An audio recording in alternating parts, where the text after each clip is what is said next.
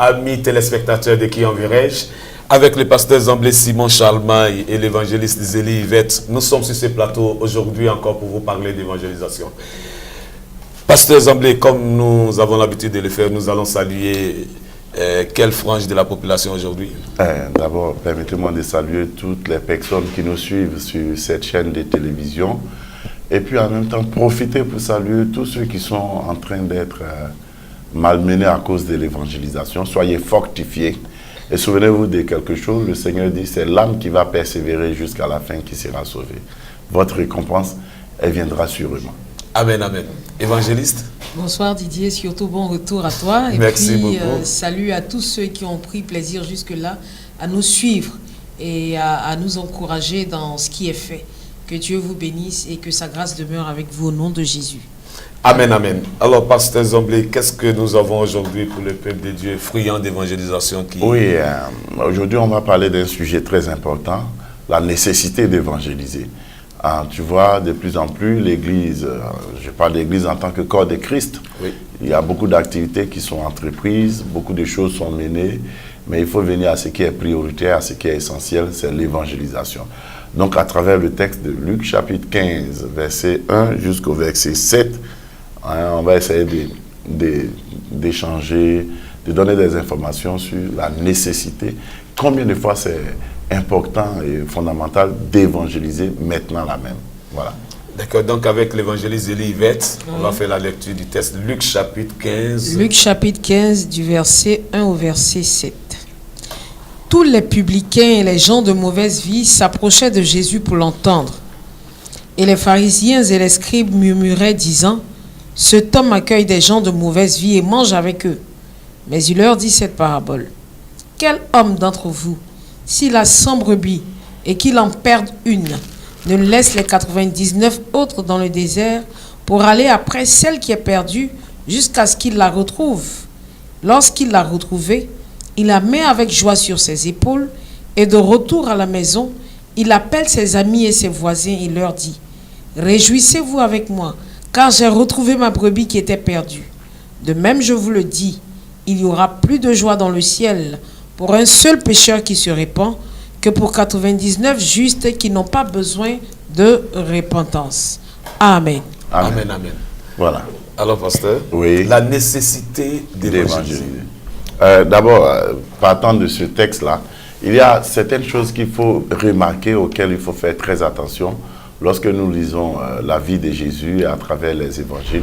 Vous allez remarquer que dès que Jésus commence son action salvatrice en faveur de l'humanité, il annonce le royaume des cieux. Et à un moment, c'est comme s'il a un peu laissé cette annonce du royaume des cieux. Et puis le Seigneur commence à poser des actions de conviction, de démonstration de la puissance du Saint-Esprit à travers les guérisons, les délivrances, les miracles. Et puis vers la fin de son ministère, il revient sur la nécessité d'être sauvé et sur le premier objectif pour lequel il est venu sur la terre, celui qui est de pouvoir sauver des âmes, amener les gens, les hommes comme les femmes, dans le paradis de Dieu. Et c'est dans ce cadre-là qu'à l'occasion d'un de ces moments d'échange avec les pharisiens, les responsables religieux, d'abord il faut remarquer que les pharisiens, qui étaient des hommes très pointus sur tout ce qui est religieux, ils ont commencé à faire des reproches à Jésus. Ils ont commencé à lui dire que, mais comment? Toi, tu es un prophète, tu es un homme de Dieu, et puis tu marches avec des gens qui sont sales, impurs, des gens qui ne sont pas bien.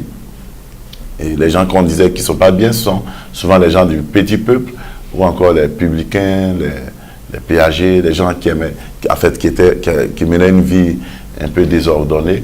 Et les pharisiens, eux, dans leur esprit, cela était bien pour aller en enfer et qu'il n'était pas convenable qu'un homme de Dieu, fût de la trempe de Jésus, puisse s'intéresser à eux, aller jusqu'à manger avec eux, rire avec eux.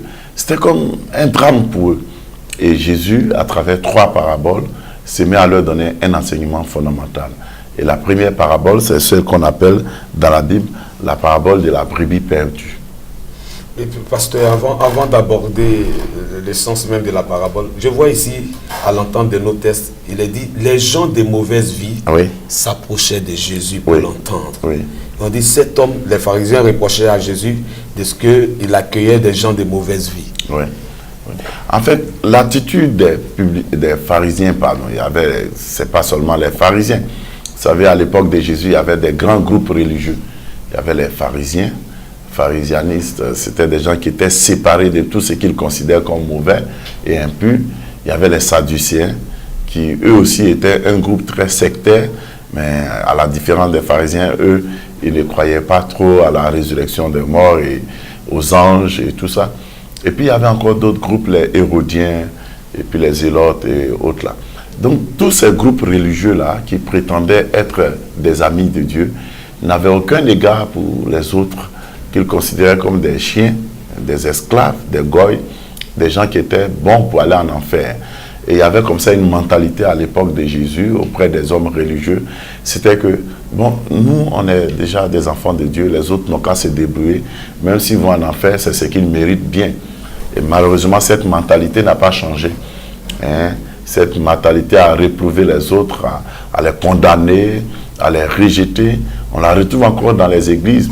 Et je crois que l'attitude, quelquefois, des églises est encore plus forte et méprisante, d'autant plus que, d'abord, dans la communauté de maintenant, quand tu n'es pas de la même confession religieuse, c'est un problème. Tout à fait. Et puis, deuxièmement, quand tu n'es pas même chrétien, c'est un autre problème. Ou bien quand tu ne partages pas les mêmes lignes doctrinales que celui qui est en face de toi, bon, pour beaucoup, celui-là n'est pas sauvé, et ainsi de suite. Ça dit que les chrétiens, dans le fond, on n'a pas encore compris ce que c'est que l'amour de Dieu.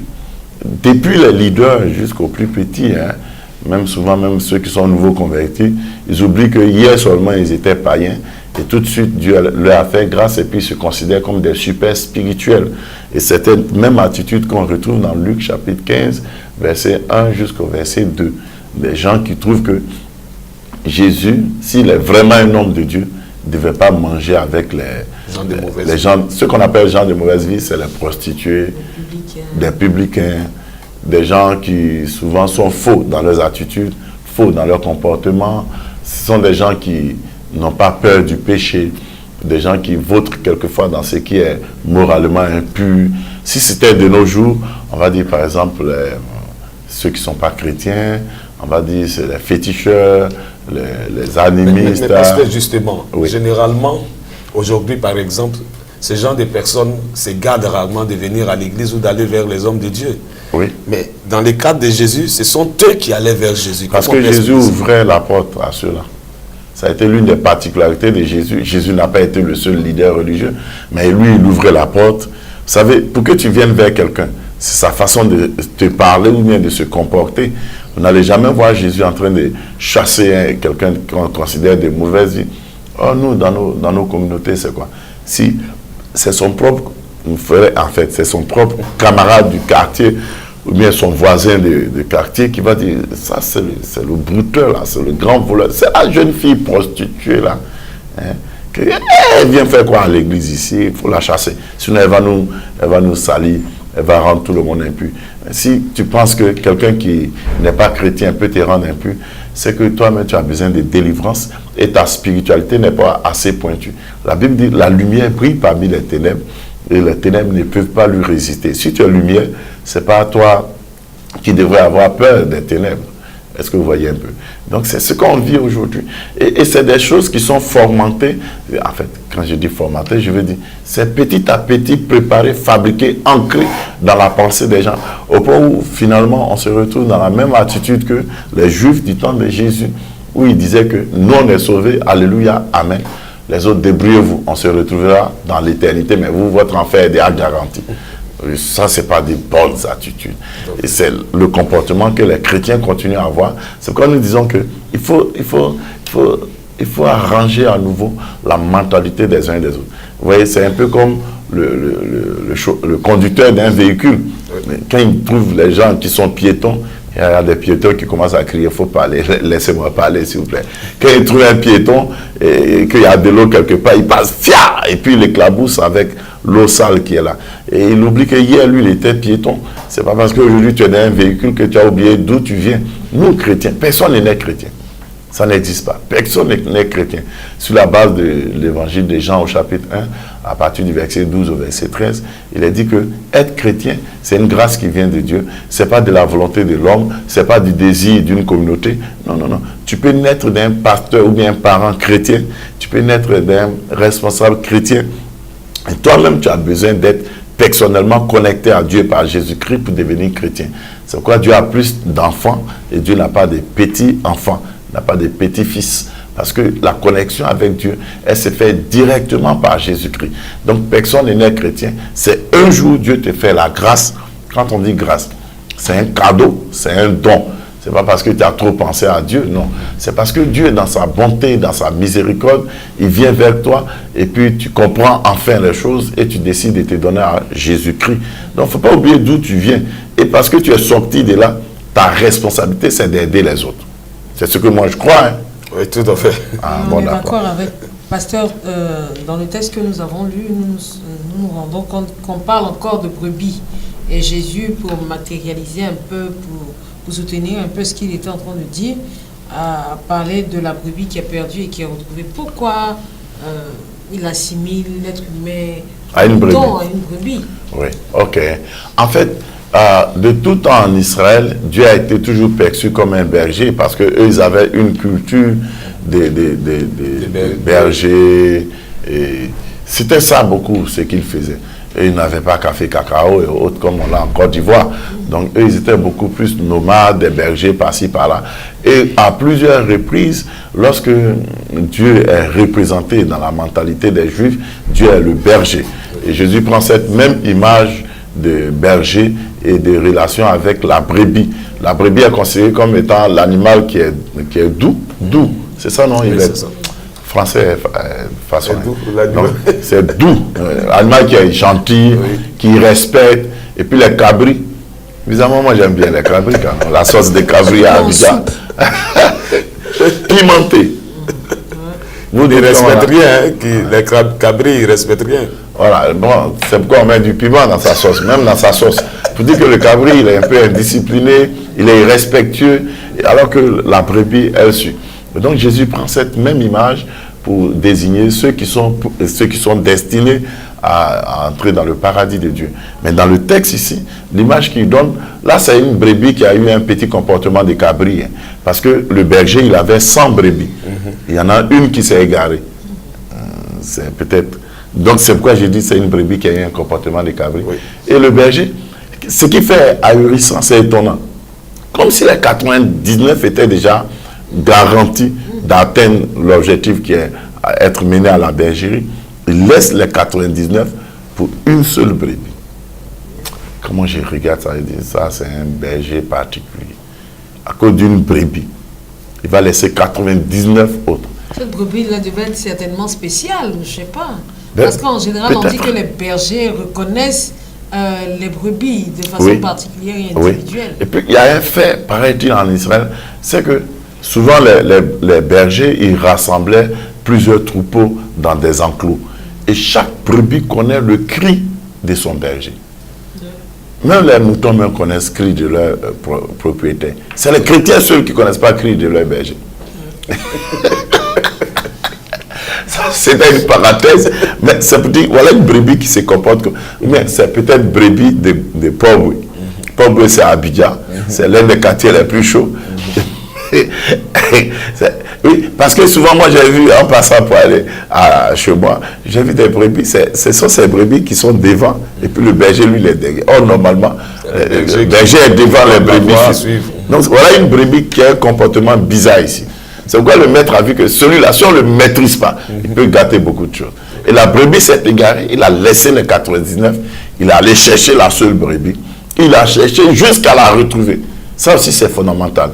Tu peux chercher sans trouver, mais il a cherché jusqu'à la retrouver. Ça veut dire qu'il a mis tout son temps, son énergie, sa force et sa détermination.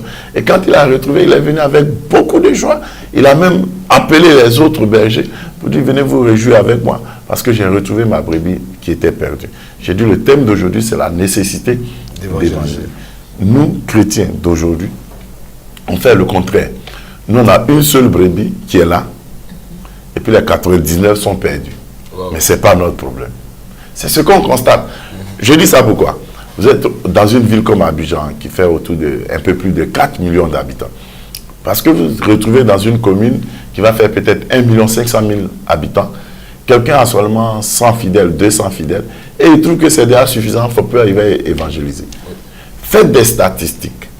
Un dimanche, lorsque vos fidèles sont dans leur communauté, laissez-les parcourir le quartier ou bien la commune où vous êtes. Et ça, je le dis à l'endroit de tous ceux qui nous suivent, où que vous soyez. Laissez les fidèles le dimanche.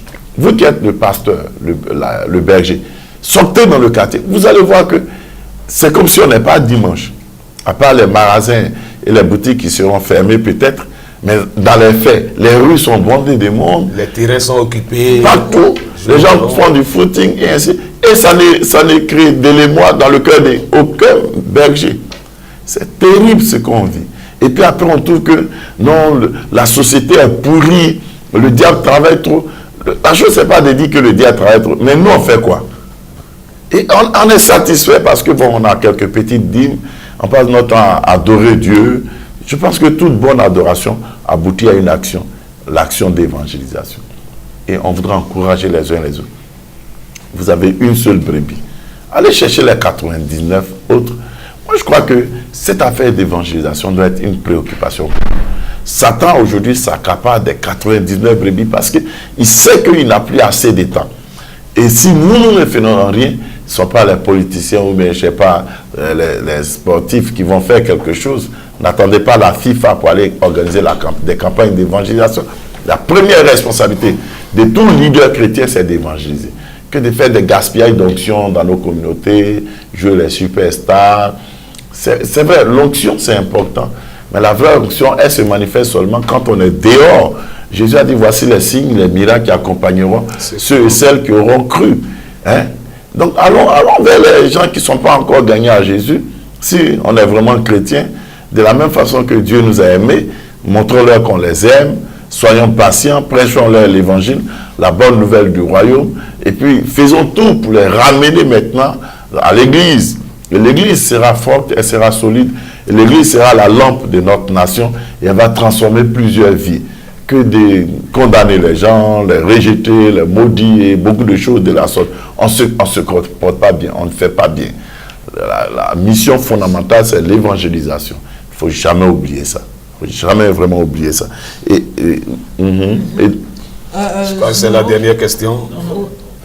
Oui, on se rend compte que Jésus ensuite compare cette affaire des âmes là à une femme qui a perdu sa drachme et qui met tout en œuvre pour pouvoir retrouver la drachme. Et quand ces choses faites, elle alerte ses voisines, elle alerte le voisinage parce qu'elle est très heureuse. Comment est-ce qu'on peut qualifier ça? Ici, la drachme, c'est une monnaie. Ici, dans le texte, excusez-moi, mais Jésus est en train de dire que les femmes, elles perdent toujours l'argent de la popote. Et puis, deuxièmement, dans la première partie du texte, on parlait d'un berger et pas d'une bergère. Jésus voulait dire, vous les femmes, à côté de tout ce que vous faites, mais vous devez aussi évangéliser. De la même façon que vous cherchez l'argent, maintenant vous partez faire de votre petit commerce, il y a des âmes qui sont... Vous savez, affaire de Dieu, là, ce sont les femmes qui sont nombreuses dedans. Mais si chaque femme se considérait comme une évangéliste, et à l'instar de Marie de Magdala, partait parler de Jésus à sa voisine, à sa collègue, et un peu partout, ça sera formidable. Mais souvent, les gens, ils passent leur temps à aller dans les chorales et tout ça. C'est pas mauvais. Mais ils passent leur temps à aller dans les groupes d'intercession, à chercher la délivrance à longueur de journée. On cherche la délivrance, tout ça là. Mais en quoi on est utile pour Dieu? Qui se préoccupe des intérêts de Jésus? Jésus, à plusieurs reprises, il a insisté sur la nécessité d'évangéliser, sur la valeur primordiale que représente le salut des âmes. Même quand les apôtres sont venus lui faire un rapport pour dire que, on est parti en mission, il y a eu un miracle. Il dit, réjouissez-vous plutôt de ce que vos noms sont inscrits dans le livre de vie au ciel. Aujourd'hui, les gens ne veulent pas bouger. Et ils prétendent que non, moi, je n'ai pas un appel à évangéliser. Lisez bien votre Bible. Matthieu 28 parle à tout le monde. Marc chapitre 16 s'adresse à tout le monde. Acte chapitre 1, verset 8 s'adresse à tout le monde. Et même ce qui est dramatique, c'est les quelques leaders chrétiens qui ont un peu de connaissance dans les choses de Dieu. Ils sont ceux qui vont le moins évangéliser. Et ils sont rétractés dans la communauté. Ils jouent les pasteurs, les docteurs. Et toi, tu comprends bien Dieu. Va exposer dehors. Les marchés là, c'est fait pour ça. Les rues, c'est fait pour ça. J'ai entendu même un leader chrétien qui disait comme ça, et qui devait avoir un peu honte de dire ça. Il dit, lui, il ne va pas dans la rue en train de crier comme un fou. En parlant d'évangélisation, j'ai dit, Seigneur, le ciel sera plein de surprises. N'oublie, oui. Alors, pasteur, parlant de nécessité, le verset 7 il dit, de même, je vous l'ai dit, il y aura plus de joie dans le ciel pour un seul pécheur qui se répand. Oui. Est-ce à dire que l'une des choses pour amener, pour susciter de la joie au ciel, c'est de faire en sorte de gagner des âmes? C'est la principale des choses. Ce n'est pas les histoires d'un paralytique marche ou quoi. Ils sont habitués au miracle au ciel. La seule chose qui épate le ciel, c'est le salut des âmes. La seule chose, je le répète, qui épate le ciel, c'est le salut des âmes. Et même dans les textes, vous allez voir qu'on dit il y a la joie devant les anges. Si vous lisez bien le texte, on dit il y a la joie devant les anges. C'est-à-dire que ce ne sont pas les anges qui sont les objets premiers de la joie. On dit la joie devant les anges. Or, devant les anges, il y a qui? Il y a Jésus-Christ. C'est Jésus qui est en joie. Oui. Il y en a qui maltraitent Jésus. Seigneur Yako, si tu m'entends quelque part, en tout cas Yako. Parce que les gens créent des funérailles partout au ciel. Pourquoi? Parce qu'ils ne sont pas propres à évangéliser. Il y a souvent 3 prétextes qu'ils prennent. Ils ne sont pas prêts, ils ont honte, ils ont peur. J'ai jamais vu quelqu'un qui a été décoré par un État parce qu'il a honte, il a peur. Ne faisons pas la frustration du royaume des cieux. Soyons une fierté pour Dieu. Ne donnons pas à Dieu de regretter de nous avoir choisis comme des éléments pour le salut de plusieurs. Chacun d'entre nous peut. Moi, je ne suis pas né évangéliste. J'ai été converti à Jésus, sorti d'une famille foncièrement animiste et fétichiste surtout. Et puis petit à petit, j'ai commencé à me dire, mais écoutez, si par exemple Dieu vient et me demande des comptes, qu'est-ce qui serait prioritaire? Qu'est-ce qui va peser dans la balance par rapport au choix de Dieu? C'est d'obéir à Dieu. Et à quel effet d'obéissance je peux manifester mon action chrétienne et qui est la démonstration d'un grand amour pour moi en faveur de mon Dieu? J'ai découvert dans la Bible que c'est l'évangélisation. Chacun peut évangéliser. Et on passe leur journée à l'église en train de prier. Sortez des églises, alors évangélisez. Il y a plein de païens partout. Et souvent, on est tellement méchant. Parce qu'il y a un des commandements qui dit « tu ne tueras pas ». Tout à fait. La bonne version dit « tu ne commettras pas de meurtre ». Donc, le fait de ne pas évangéliser, c'est une manière Mais de... tu vois quelqu'un qui va en enfer. Est-ce qu'il y a une plus grande mort qu'aller en enfer? Et puis tu ne préviens pas la personne. Tu es un meurtrier, tu es une meurtrière. Non-assistance en personne en danger. Ça, la justice humaine te connaît, la justice divine là, doit t'écraser. C'est comme si Jésus est venu pour rien. Comment un chrétien normal, qui a le Saint-Esprit, il peut passer une semaine sans parler de Jésus. Et puis il est content que non, je suis béni. Tu n'es pas béni. Cherche le mot qui convient. Tu n'es pas béni. Je vous dis la vérité, mes frères et mes soeurs. Ce sont des choses que les gens n'aiment pas entendre. Comment toi, tu es un berger. Berger, c'est pasteur. Tu es un berger. Donc tu es un pasteur. Toi, tu n'évangélises pas. Donc c'est les autres qui vont évangéliser. Tu as venu bouffer la dîme de ce qu'on gagne. Mais généralement, les pasteurs se disent que les évangélistes doivent évangéliser. Et puis bon, eux, ils encadrent. Qui leur a appris ça? Ils savent lire la Bible. Lisez votre Bible dans Matthieu 28. Lisez dans tous les textes bibliques. Vous allez voir que, regardez les apôtres.